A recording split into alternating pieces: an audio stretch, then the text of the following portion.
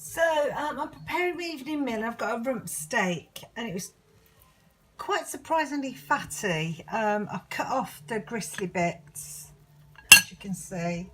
My dog's going to have those, so I'm going to be very popular with my dog. There's quite a few chunks there, as you can see I've cut off.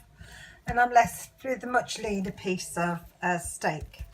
I'm going to marinate it for at least 2 hours. It would be best overnight really, but I've only got 2 to 3 hours. So I've got in here a teaspoon of balsamic vinegar, a teaspoon of red wine vinegar, a heaped teaspoon of Dijon mustard, garlic and caraway seeds. Just going to give that a mix.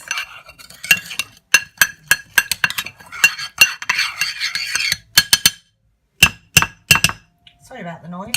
I might just add a splash of cider vinegar. I tend to put that in most things. I really like it. So that's going in. I buy a big one with, and I fill up a bottle. This has got like the genie in it, which is supposed to be healthier and better for you. But that's an old bottle that I've filled up with another one that I've got. So anyway, I got the large one off Amazon, and I just topped that bottle up. So there we go. Also got some fresh rosemary that's going in as well. Oh, not very easy one-handed. Anyway, nearly done. That'll do. And the meat's going in like so, and a bit more rosemary. And I'm just going to marinate it with some chilli garlic. So there you go, and I just use my hand just to rub, my finger, sorry, to rub in the rosemary. And I'm just going to cover that with some cling film and pop it in the fridge until I get home this evening. So I managed to marinate it for about 4 hours in the end. Usually best to leave it overnight if you can. And it's been out of the fridge for about an hour to come to room temperature. The pan's got very hot, and I'm just going to pop it in. There we go. I'm going to let that press it down, let it seal into the heat, and then turn it over. Now I like mine quite rare, so it shouldn't take too long. So the one thing I do while it's cooking is just push it around the pan, try to soak up all the flavour so nothing's lost. There we go. Just mopping it all up. Just turn that over. Wow, look at that. Give it a good press down. I usually do mine about 3 minutes each side. Depends how quick it is.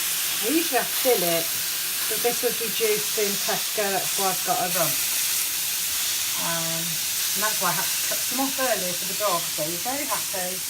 I had a very happy dog. So just going to keep moving that around the pan a little bit so that we get the heat keep going through and we don't lose any flavour. Really done.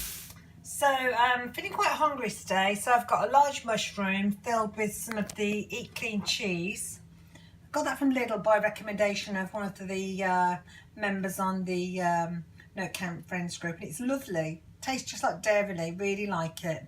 So that's inside the mushroom, a bit of garlic, and I've added some bacon medallions on top. So there is my scrumptious dinner: steak, the bacon cheesy mushroom, salad and butternut squash wedges. Now this is the cheese that's melted out of the mushroom, and it tastes absolutely amazing. Just lift up the bacon so you can see. Oh, look at that. Oh, sorry. It is so nice and so tastes like a very naughty, mustardy, very creamy sauce. I absolutely love it. So no more talking, time to eat. Can't wait, absolutely scrumptious.